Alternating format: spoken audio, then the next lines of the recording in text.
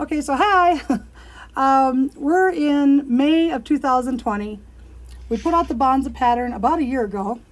And this weekend we're doing a staycation, which is an online gathering of people. And we're doing it through technology. We have 3 Zoom rooms going.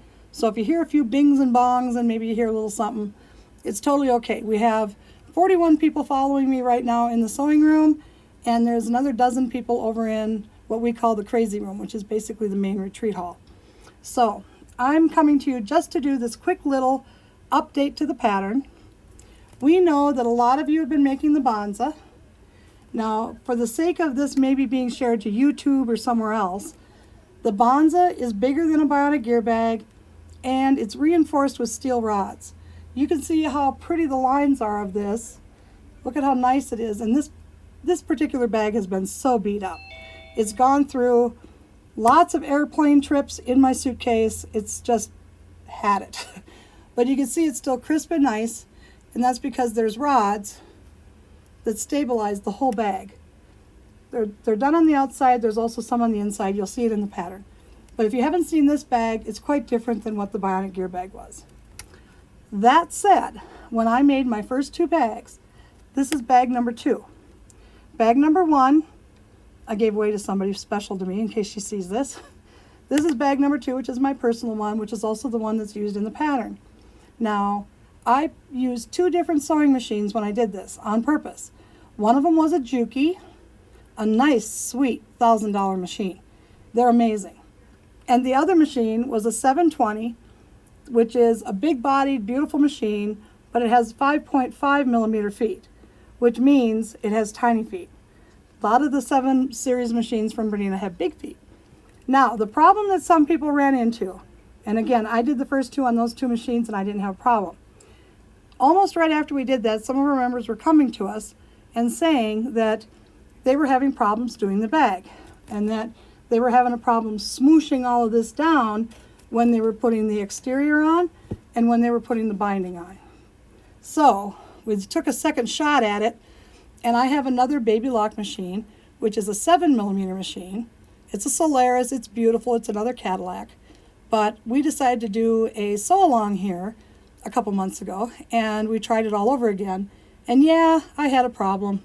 So I fully empathize if you tried to make this bag, and if you happen to have a machine that possibly has like low-hanging apparatus at the head of the machine, and you don't have as much clearance right there where the needle is as I did.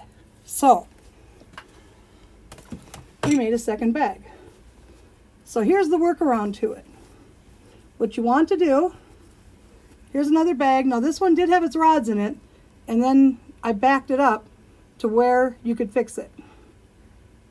When you get to the point where you're putting in the side panels, you can put the stitching in, and you're making these pleats.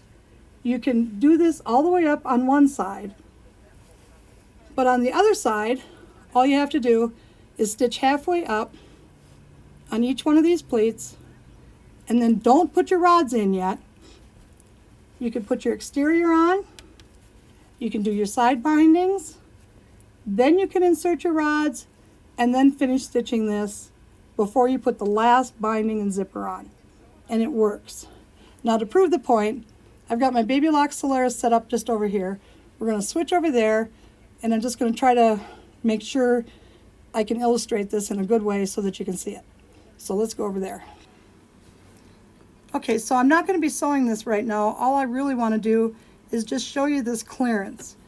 Now, this machine has a really great needle threader. You can't ask for a better one, but it hangs down relatively low here, and this is the space that we're talking about that was causing some people problems. If the rods were in, you wouldn't be able to smoosh this as far. But without the rods, you can flatten this all the way down like this, and you could do your temporary seams for putting on your exterior. You could be doing the binding, and you can see that you have all sorts of room between here and the lowest hanging hardware on your sewing machine. The other side obviously is going to be the same. So here's the one that's only half stitched up. And when you're folding this, by the way, if you fold the pockets forward and the pleats back, at least that's my preferred way of doing it, you'll be able to get all of these pleats at a nice 90-degree angle. Now forget all these little puffy things in between here, but you will be able to get these at a nice 90-degree angle and get it under your sewing machine. And I'm going to zoom in so that you can kind of see how that goes. You won't have a problem getting in there and doing it this way. So this video was done to help everybody. This is probably headed to YouTube and other places. And I appreciate everybody that's here today that's having fun and taking the time out to watch this. So hope this helps you, and we're always available over on sewlikearockstar.com and school.sewlikearockstar.com. Thanks for being with us.